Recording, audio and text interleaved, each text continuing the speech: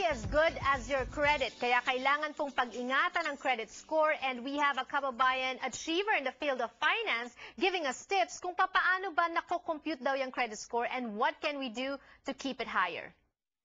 Rod, before we proceed, tell us a little bit about Financial Rescue. What is it? Okay, ang Financial Rescue is a marketing company. Okay, we deal with, well, it's part of the industry which is called debt relief industry. So we offer different services here. Meron kami debt settlement. We also have debt management, tax resolution. At meron din kaming bagong-bagong program ngayon na tinatawag naming foreclosure consultancy. Ayan. And of course, later on, ipapakita po namin sa inyo ang numero ng Financial Rescue. If you need help in any of those areas, they give wonderful advice. And in fact, Rod, you were with us last time when we talked about debt relief options. Correct. But, you know, minsan dito sa States, you know, pag bagong salta ka, and I found out about this when I was new here, pinaka-importante yung credit. You have to establish a good credit. Correct. And credit score is very important. How is that computed? Well, maraming factors na kinoconsider dyan. No? Unang-una, yung payment history mo. Ikaw ba ay... Kasi ang credit score, nagsasabi yan kung ikaw ba ay dapat pagkatiwalaan ng isang lender. Okay? Yung credit worthiness mo, tinedetermine. So again, first factor is yung payment history. Mga 35% yan ng calculations ang contribution yan.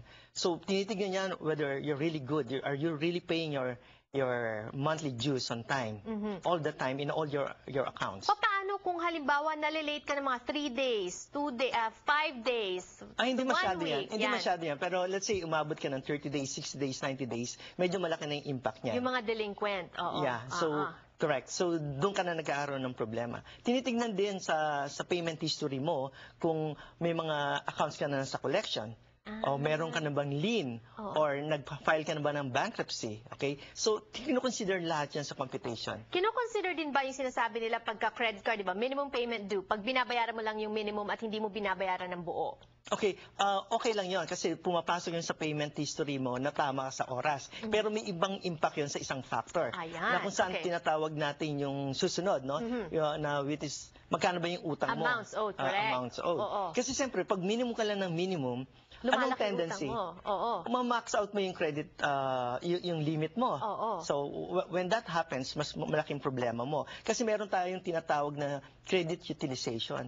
Kino-compute yung total balance mo, yung current balance mo, doon sa credit limit na binigay sa'yo ng lahat ng creditors mo. Okay. So, halimbawa, meron kang 10,000 utang, okay, and then ang credit score, ang credit limit mo is 20,000. That means 50% utilization ka. Medyo malabo 'yon. So kaya ba dapat yung iba ay ina-advise na palaging mag-apply for an increase in limit, ganun ba?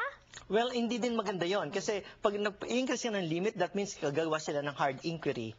Okay, titignan nila uli yung credit score mo. And every time na gumagawa ka ng inquiry, alam mo nangyayari, malaki yung binabawas sa'yo. Sa credit score mo. Halimbawa, kung ang credit score mo mga 680, kapag nagkakaroon ka ng inquiry, ang laki niya. It could be 10 to 20%. Bakit nga? Bakit sila nagbabawas pag may credit inquiry? Kasi habang ibig sabihin, pag nag-i-inquire or nagdadagdag ka ng utang, ano nangyayari? Medyo lumalaki yung exposure mo. Nagiging risky ka sa paningin ng lenders mo, di ba? So medyo hinay lang din tayo sa pag-o-open ng mga bagong credit card account. What about closing an account? I think it says here that it can also be a factor. Yes. Tulad ng sinabi ko sa kanina, may credit limit ka na binigay na sa'yo na malaki na. Ngayon, kung ginagamit mo already 50%, tapos nagbawas ka naman ng credit limit mo, nabawasan, so tataas yung utilization rate mo, right? And the higher your utilization rate, I mean, it's bad for your credit. It's bad for your credit, yeah. It's bad for your credit. Would you say na pag halimbawa may credit card na hindi mo na ginagamit, wag mo na lang i-close, pabayaan mo na lang? Yes, pabayaan mo na lang yan. Makakatulong pa yun sa'yo ng malaki dahil nga sa credit limit na I didn't know that. See, you learn a lot when you talk to Rod. Rod, siguro yayaman kami pagka nakinig kami ng nakinig sa'yo because you give us abangan nila akong dito palagi. Yes. Sa tingin ko, palagi na akong bibisita sa inyo kung imbitahan mo. You give us practical tips. Grabe. And okay, another factor that affects our credit score is the length of credit history. Ano yon? Yun yung mga bagong salta dito. Kaya nga ayokong magko-close ka na account. Kasi nababawasan yung factor na yon, although medyo malit lang ang contribution niyan, nababawasan yung length of credit history mo. Remember, assuming, nung bago kang dating dito, and that was sabihin na natin, 7 years or 10 years ago, nakakuha ka ng isang credit card, bigla mong kinlosion, affected yung score mo. Kasi yung credit history mo, hindi bibilangin from the 10th year. Ganun ba yun? Oo, mapapaigsi, di ba? Kasi yung kinlose mo yung pinakaluma. However, hindi naman palaging gano'n. Kung yung history mo naman, mahaba na nga, pero palagi namang late payments and things like that. So, alam mo, binabalanse lahat-lahat. Yung lahat na sinabi nating factors kanina, kailangan yan ma-meet nila yon. And new credit, what is this? Ito, 10%. It makes 10% of your FICO score. Yeah, yun yung dinidiscourage ko. Kasi, ang tendency mo, kapag nagkakaroon ka ng problema sa utang, mag-a-apply ka ng mga bagong credit cards, right? So, yun ang gagawin mo. Every time, minsan sinasabay-sabay mo pa yan, 3 hanggang 4 na applications. Hard inquiry ang tawag doon. Kapag may hard inquiry, ang laki ng deduction yan. Ang alam ko naman, pag nagsha-shopping ka and you're gonna check out sa counter, sasabihin nila, would you like to apply for a credit card? And then they'll give you 10, 15, 20% discount, di ba? So, pero, dapat no. No.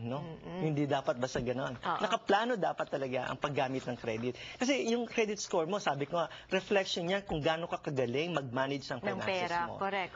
So, para pagkatiwalaan ka ng lenders, kailangan magandang score mo. And financial responsibility is very, very important. Yes. Types of credit in use, how is that a factor? It makes up 10%. Types of credit in use, what does that mean? Kailangan ang combination ng mga credit mo maayos din, no? Kung puro credit cards yan, medyo mababa ang contribution yun. So, kailangan may mix.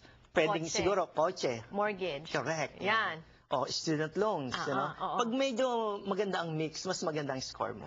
May ang contribution sa score. Ayan, okay. Yes. And like I said, no, I'll hold you to your word. We will keep inviting you and hopefully you keep coming back para mas maraming tips yung para sa mga viewers natin dito sa Kababayan. Iyon naman ang gusto ko, makapagbigay ng magandang information na tama sa ating mga kababayan. Thank you. Salamat sa pag-iimbita mo rin dito. Yes, and more power to you. Salamat.